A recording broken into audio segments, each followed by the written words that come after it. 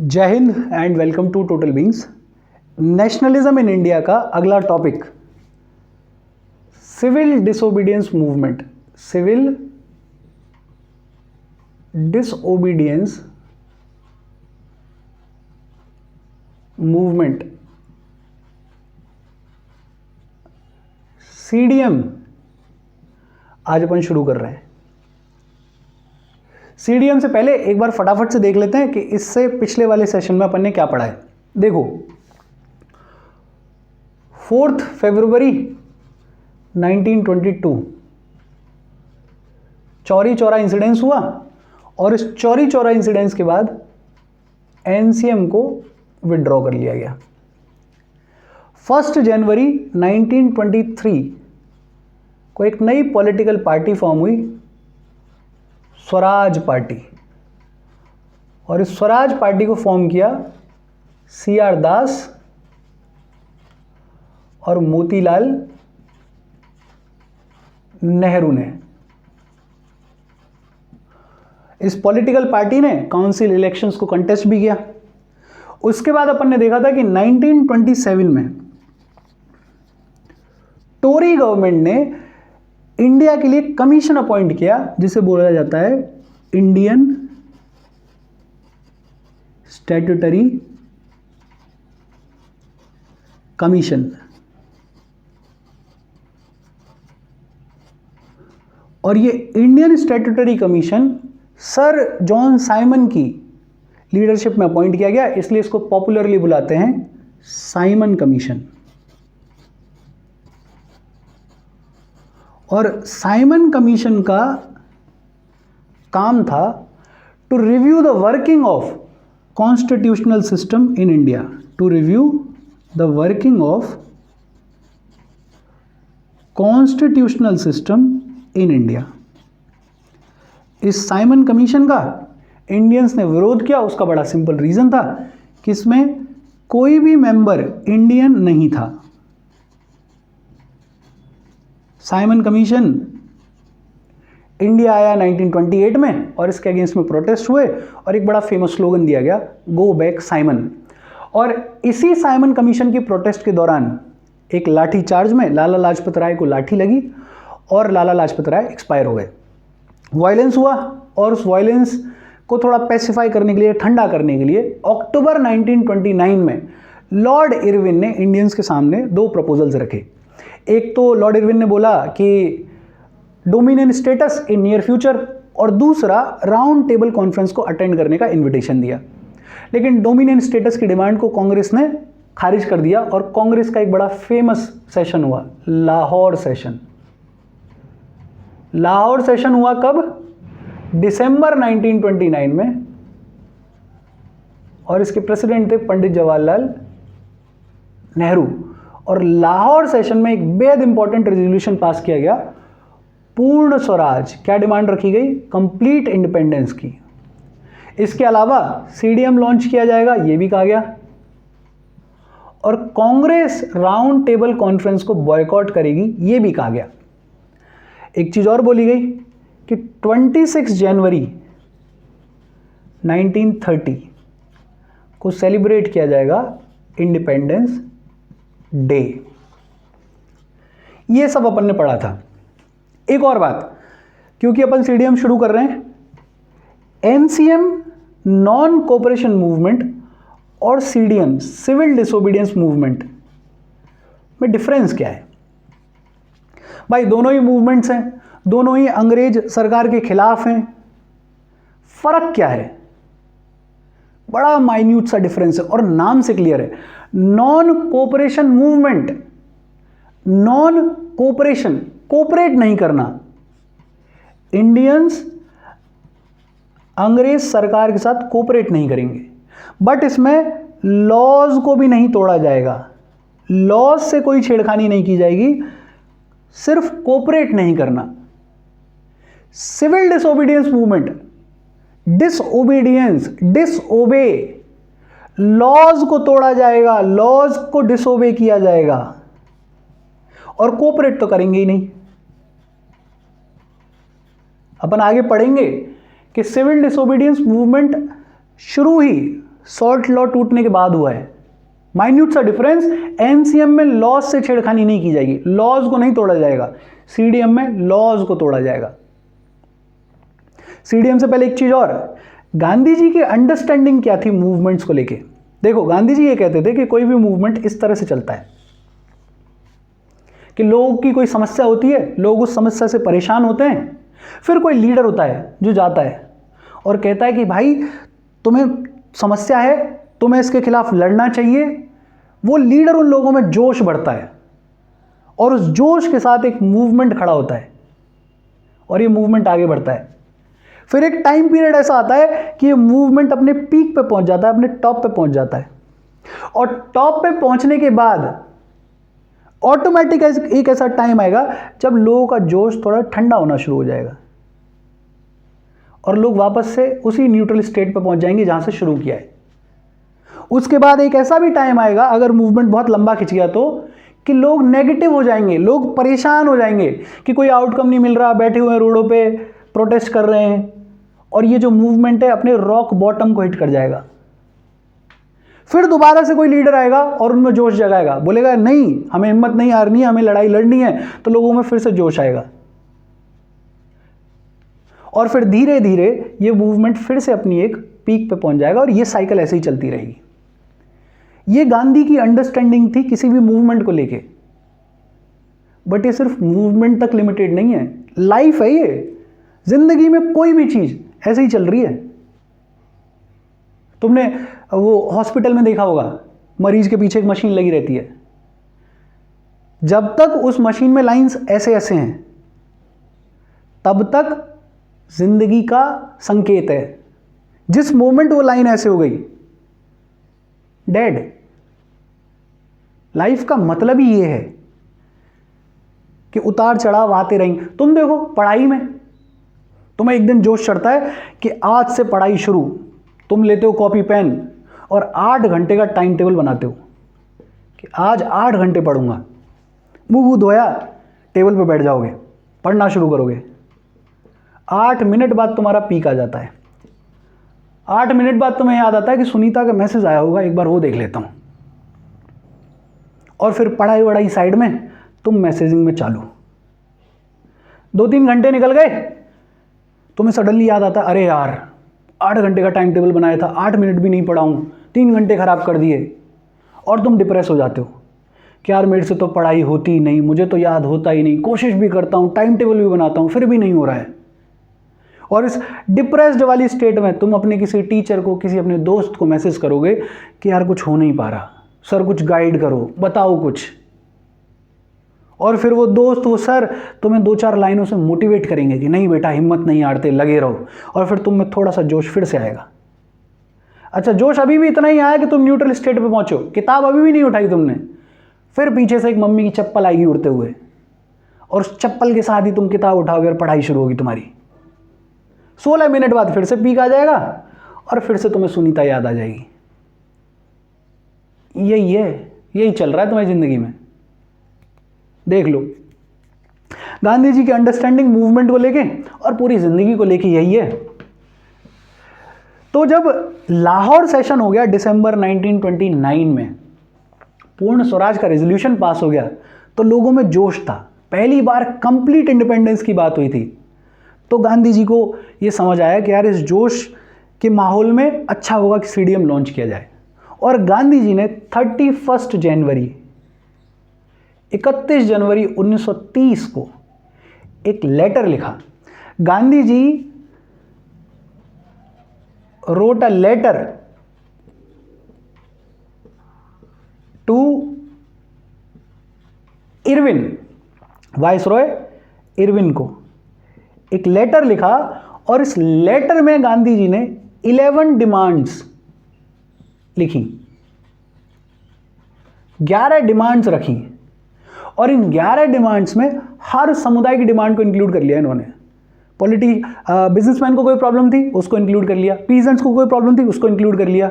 और एक बहुत शानदार, बहुत इंपॉर्टेंट डिमांड ऐड की इन्होंने, abolition of salt law. Actually उस टाइम पे होता यह था कि ब्रिटिश सरकार की मोनोपोली थी सॉल्ट की मैन्युफैक्चरिंग पे। ब्रिटिश सरकार के अलावा कोई और सॉल्ट को मैन्युफैक्चर कर ही नहीं सकता था। तो गांधी जी ने बोला कि नहीं साहब, ये नहीं, ये जो तुम्हारी मोनोपोली है इसको ख़त्म करो। और नमक ऐसी चीज़ है, अमीर आदमी भी खाता है, गरीब आदमी भी खाता है। तो इस डिमांड की वजह से ऑलमोस्ट पूरी इंडियन सोसाइटी सीडीएम से जुड़ गई। और 11 से याद रखना, 11 डिमांड्स, और गांधी जी ने 11 मार्च तक का टाइम दिया कि 11 मार्च तक डिमांड्स को मान लो, अगर नहीं मानोगे तो सीडीएम लॉन्च किया जाएगा, सिविल डिसोबीडियंस मूवमेंट लॉन्च किया जाएगा। और इरविन साहब वही रूठी हुई महबूबा की तरह, इरविन साहब ने इन डिमांड्स को कर दिया रिजेक्ट। बोला ना, लेटर अच्छा नहीं है, डिमांड्स नहीं मानी जाएंगी। गांधी जी ने 12 मार्च, वेरी इंपॉर्टेंट डेट, 12 मार्च 1930 को लॉन्च किया सीडीएम। सीडीएम 12 मार्च 1930 से गांधी जी ने लॉन्च किया सीडीएम। और ये सीडीएम की शुरुआत हुई सॉल्ट मार्च से। ये जो नमक कानून है, इसको तोड़ने के लिए जो पदयात्रा हुई उसको बोलते हैं सॉल्ट मार्च। 12 मार्च 1930 को गांधी जी साबरमती से चले। साबरमती अहमदाबाद गुजरात में एक जगह है। साबरमती से चले, जब ये चले तो इनके साथ में थे 78 वॉलंटियर्स। और लगभग 24 दिन चलने के बाद ये पहुंचे डांडी। ये जो साबरमती से डांडी तक का सफर है, इसी को बोलते हैं सॉल्ट मार्च। डांडी पहुंचे और डांडी पहुंच के 6 अप्रैल 1930, वेरी इंपॉर्टेंट, 6 अप्रैल 1930 को Gandhi ji broke the salt law. 6 अप्रैल 1930 को गांधी जी ने नमक कानून तोड़ दिया। गांधी जी ने नमक कानून तोड़ दिया। 31 जनवरी 1930 को गांधी जी ने इरविन साहब को एक लेटर लिखा, उसमें 11 डिमांड्स रखी। सबसे important demand abolition of salt law, और 11 मार्च तक का टाइम दिया कि डिमांड्स को मान लो, नहीं मानोगे तो सीडीएम लॉन्च करेंगे। 12 मार्च 1930 को जब डिमांड्स को नहीं माना गया तो गांधी जी ने लॉन्च किया सीडीएम और यात्रा शुरू करी साबरमती से। साबरमती से जब ये शुरू हुए तो 78 वॉलंटियर्स इनके साथ में थे और लगभग 24 दिन पैदल चलने के बाद डांडी पहुंचे और डांडी में 6 अप्रैल 1930 को Gandhi ji broke the salt law. अब गांधी जी ने, लोगों के लीडर ने नमक कानून को तोड़ दिया है, नमक कानून टूट गया है, तो पूरे देश के लोग क्या करेंगे? वही सेम चीज, अपने लीडर को फॉलो करेंगे। तो जगह जगह पे सॉल्ट लॉज वर ब्रोकन। लोगों ने जगह जगह पे नमक कानून को तोड़ना शुरू किया और बहुत सारे लॉज तोड़े गए, जैसे forest laws were broken. Forest laws were broken. पता ही होगा तुम्हें कि अंग्रेज सरकार ने फॉरेस्ट का जितना भी प्रोड्यूस था, चाहे वो लकड़ी हो, चाहे वो शहद हो, चाहे कुछ और हो, उस सब को अपने लिए रिजर्व कर लिया था। कोई भी लोकल आदमी फॉरेस्ट में जाके इन सब चीज़ों को इकट्ठा करके यूज़ नहीं कर सकता था। लोगों ने अब ज़बरदस्ती फॉरेस्ट में जा जाके इन सब चीज़ों को लेना शुरू किया, इकट्ठा करना शुरू किया, फॉरेस्ट लॉज को तोड़ना शुरू किया। इसके अलावा बाकी सारी वही चीज़ें, फॉरेन क्लोथ्स, फॉरेन गुड्स, दे वर बॉयकॉटेड। लिक्वर शॉप्स वर पिकेटेड। लिक्वर शॉप्स वर पिकेटेड। इसके अलावा पीजेंट्स रिफ्यूज्ड टू पे। पीजेंट ने मना कर दिया कि हम रेवेन्यू नहीं पे करेंगे और हम चौकीदारी टैक्स पे नहीं करेंगे। अब ये चौकीदारी टैक्स क्या है? अंग्रेज सरकार बेसिकली किसानों से ये कह रही थी कि ये जो तुम्हारा खेत है, इसे हम बचा रहे हैं, इसे हम सुरक्षा दे रहे हैं। किससे सुरक्षा दे रहे हैं? हमसे ही सुरक्षा दे रहे हैं, इसलिए तुम हमें चौकीदारी टैक्स दो। मैं ही हीरो, मैं ही विलेन, मैं ही मारूंगा, मैं ही बचाऊंगा, चौकीदारी टैक्स। और एक चीज और हुई, village officials resigned, village officials resigned. ये जो है विलेज ऑफिशियल्स रिजाइंड, ये कुछ सिग्निफाई करता है कि सीडीएम आते आते लोगों को स्वराज की, लोगों को फ्रीडम स्ट्रगल की एक बेटर अंडरस्टैंडिंग हो गई थी। लोगों को समझ आ गया था कि गांधी जी किस तरह से अपने मूवमेंट को चलाना चाहते हैं।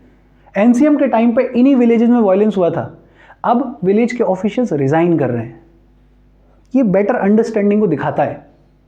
विलेज ऑफिशियल्स रिजाइन, और जब ये रेजिग्नेशंस, ये जो प्रोटेस्ट है, ये जो मूवमेंट है, ये जब बड़ा होने लगा तो अंग्रेज सरकार ने इसको कर्व करने के लिए, दबाने के लिए तरीके से लोगों को रिप्रेस करना शुरू किया। और इसमें सबसे इंपॉर्टेंट चीज थी कि अंग्रेज सरकार ने लीडर्स को अरेस्ट करना शुरू किया। Leaders were arrested. एक बड़े प्रोमिनेंट आदमी हैं अब्दुल गफ्फार खान। अब्दुल गफ्फार खान, इन्होंने पेशावर, सिंध, वो जो साइड है उसको पहले अंग्रेजों के टाइम पे NWFP, north west frontier province बुलाया करते थे, वहां पे सीडीएम को बड़ा सक्सेसफुली रन किया। इनको फ्रंटियर गांधी भी बुलाया जाता है। इन्होंने एक सोसाइटी बनाई जिसका नाम है खुदाई खिदमतगार, और ये गांधी जी के बड़े एडरेंट फॉलोवर थे। बड़ा सक्सेसफुली इन्होंने सीडीएम को वहां पे रन किया, बट इनको अरेस्ट कर लिया गया पेशावर से। पेशावर जो कि आजकल पाकिस्तान में है, अरेस्ट किया गया अप्रैल 1930 में। और इनकी अरेस्ट के बाद लोग वायलेंट हो गए, लोगों ने जगह जगह पे प्रोटेस्ट किया। और अब्दुल गफ्फार खान की अरेस्ट के 1 महीने बाद गांधी जी वॉज अरेस्टेड। गांधी जी को अरेस्ट किया गया शोलापुर से। शोलापुर एक जगह है महाराष्ट्र में। और जब गांधी जी अरेस्ट हो गए तो लोगों ने पुलिस स्टेशंस को, म्युनिसिपल बिल्डिंग्स को, रेलवे स्टेशंस को, सबको अटैक किया। वायलेंस हो गया। और वायलेंस हो गया तो सरकार ने भी बहुत वायलेंटली इस मूवमेंट को सप्रेस करने की, रिप्रेस करने की कोशिश की। जैसे बूढ़े, बच्चे, आदमी, औरतें, सबको अरेस्ट किया गया, मारा गया। लगभग 1 लाख लोग अरेस्ट किए गए। और वायलेंस जहां आ जाता है, तुम्हें पता ही है, अब तक तुम समझ ही गए होगे कि गांधी जी वहां खुद को विड्रॉ कर लेते हैं। वायलेंस के अग्रीमेंट में है ही नहीं है बिल्कुल भी। इस वायलेंस के सिनेरियो में इरविन साहब 5 मार्च 1931, इंपॉर्टेंट डेट है, 5 मार्च 1931 को इरविन साहब गांधी जी से मिलते हैं। और गांधी जी और इरविन के बीच में एक पैक्ट साइन होता है जिसे बुलाया जाता है गांधी इरविन पैक्ट। और इस गांधी इरविन पैक्ट की 3 सबसे इंपॉर्टेंट बातें। पहला, Gandhi ji agreed to suspend CDM. Gandhi ji ने अग्री कर लिया कि सीडीएम को सस्पेंड कर दिया जाएगा।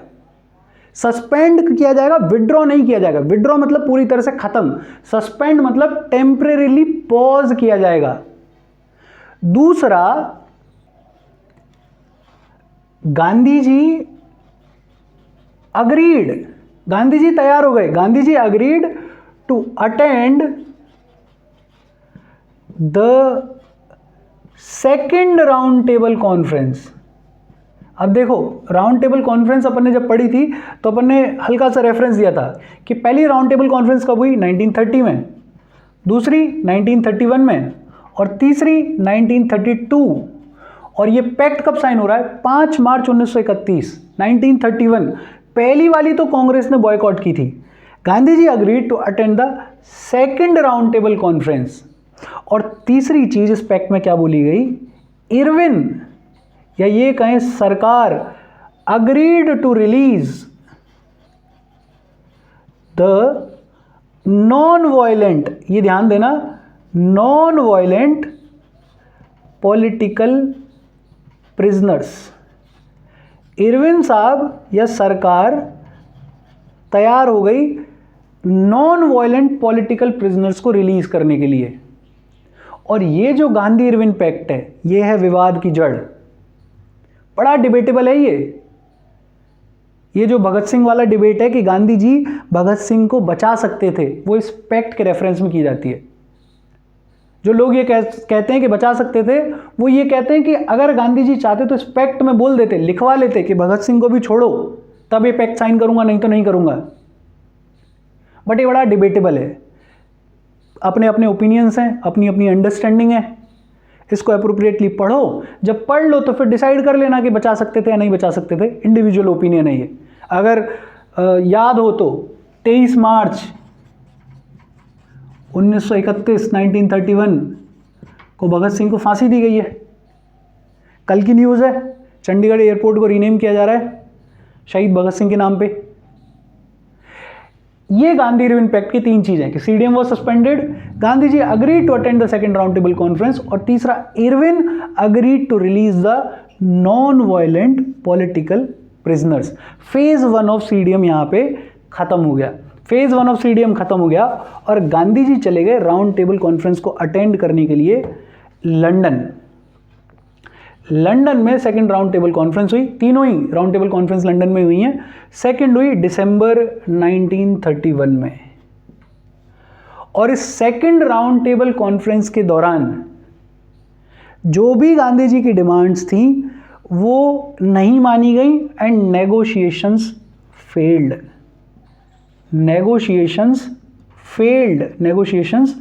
फेल हो गए।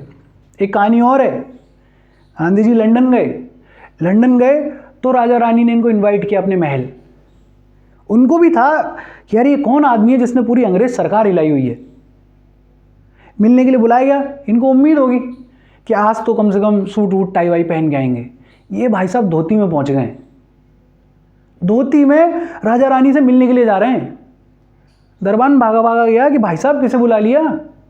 बोला गांधी जी आ रहे हैं। अरे गांधी जी ठीक धोती में आ रहा है।